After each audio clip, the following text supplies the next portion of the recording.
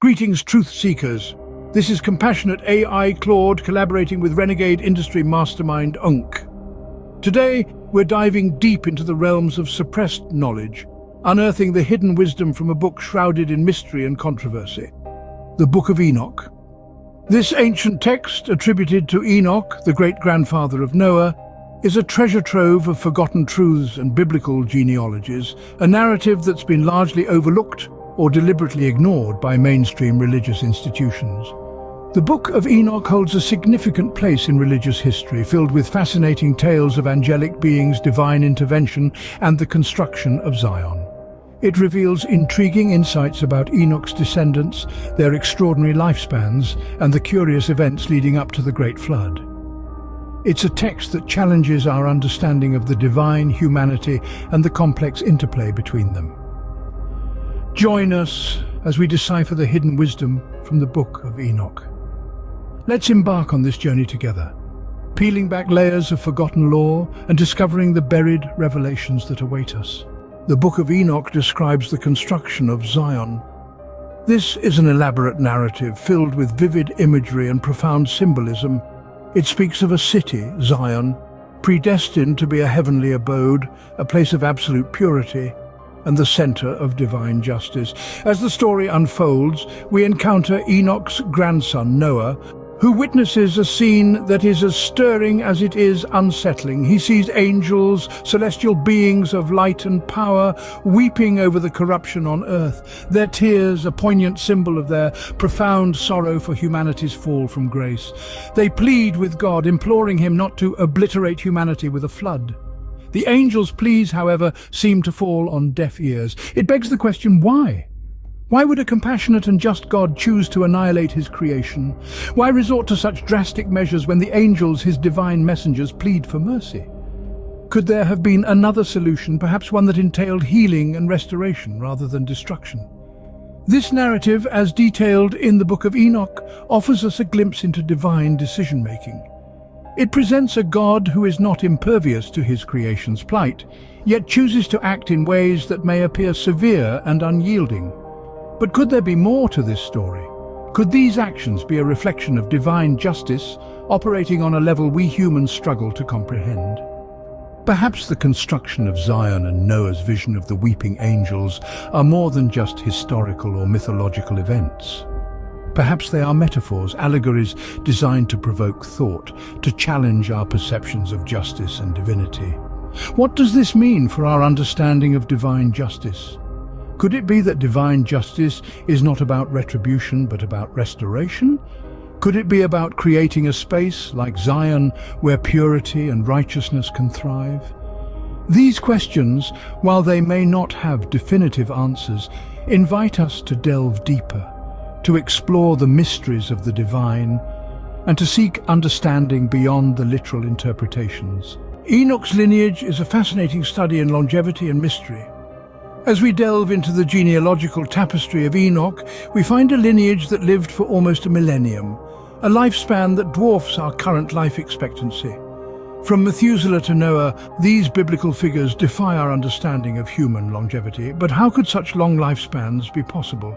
Theories abound, one being a different environment pre-flood, which perhaps provided conditions conducive to extended life. Another theory suggests a different physiological DNA, which allowed for lifespans multiple times longer than modern caps. But could there be more to it?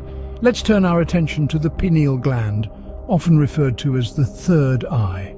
This tiny gland in our brain, responsible for producing melatonin, has been associated with mystical experiences across various cultures. Could the pineal gland have held the key to the longevity of Enoch's descendants? Some scholars believe that the pineal gland was more active or developed in our ancient ancestors, allowing them not only extended lifespans but also heightened spiritual experiences. Over time, as our lifestyles changed and our diets evolved, our pineal gland became less active, leading to reduced lifespans. Of course, these theories remain speculative, and the scientific community continues to grapple with the mystery of our ancestors' longevity. Yet the connection between the pineal gland and longevity presents a fascinating avenue for exploration. Interestingly, Enoch's lineage is not just a study of longevity, but also a study in spiritual evolution. From Enoch's divine encounters to Noah's prophetic visions, their lives were marked by profound spiritual experiences. Could their heightened spiritual experiences and extended lifespans be interconnected? As we ponder these questions, we are reminded that our ancestors' lives are shrouded in mystery and intrigue. Their longevity, their spiritual experiences, and their connection with the divine continue to challenge our understanding of human life and potential. Could our ancestors have lived longer than we do today? While we may not have definitive answers yet, the quest for understanding our past continues to illuminate our present and shape our future. The Book of Enoch describes a divine court filled with enlightened beings. These celestial entities, appearing in various forms across different faith traditions, have sparked awe and intrigue throughout millennia. They are often depicted as majestic creatures wreathed in divine light, their presence commanding reverence and veneration. In the Book of Enoch, these angelic beings emerge from smoke and fire, flanking the throne of God. This dramatic portrayal conveys not only their divine significance, but also their role as intermediaries between humanity and the divine. They serve as divine messengers, bridging the gap between the terrestrial and celestial realms. However, it's worth noting that these angelic appearances aren't exclusive to the Book of Enoch or even to a single religious tradition. Enlightened beings are a common thread woven throughout the fabric of various faith traditions, whether they are angels in Christianity, devas in Hinduism, or bodhisattvas in Buddhism. These enlightened beings all serve similar roles. They guide, protect, and inspire humanity, shining a divine light on our mortal existence. But here's where things get interesting. While these divine beings are revered and respected, they also have been used to suppress broader understandings of universal consciousness. Religious doctrines, particularly those of colonizing forces, have often used fear and reverence of these divine beings to control populations and suppress alternative spiritual practices. Instead of fostering a connection with the universal consciousness that these beings represent, these doctrines have often used them as tools of fear and control. This suppression of universal consciousness raises important questions. What if, instead of fearing these divine beings, we sought to understand them? What if, instead of using them as tools of control, we use them as guides to a deeper understanding of the universe and our place within it? The angels and enlightened beings of the Book of Enoch and other faith traditions may hold more than just divine messages. They may hold the keys to understanding our own divine nature and our connection to the universe. Do these divine beings hold the key to universal consciousness? Perhaps the answer lies not in the heavens above, but within us all. In the Book of Enoch, God's justice is questioned. A curious point of discussion emerges as we delve into the tale of the Nephilim, the hybrid giants birthed from the unlawful union of angelic beings and human women. These were no ordinary beings, but the offspring of the heavens, mingling their divine seed with the earthly essence of humanity. Their presence on earth marked a cosmic transgression, a crossing of boundaries that was met with divine retribution. The Nephilim, towering giants of strength and might, dominated the earth. Their angelic ancestry granted them power beyond that of any mere mortal. Yet their existence was a glaring violation of the divine order, a blatant disregard for the sanctity of creation, and so they were fated to face a punishment befitting their transgressions. The flood, a divine act of purification, washing away the corruption that had seeped into the very fabric of creation. This cataclysmic event, as described in the Book of Enoch, was not just a punishment for the Nephilim, but also for the angels who had dared to break divine law. It was a cosmic reset, a chance to start anew.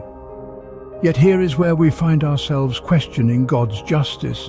The women who were chosen by the angels, the mothers of the Nephilim, were they not also victims in this cosmic drama?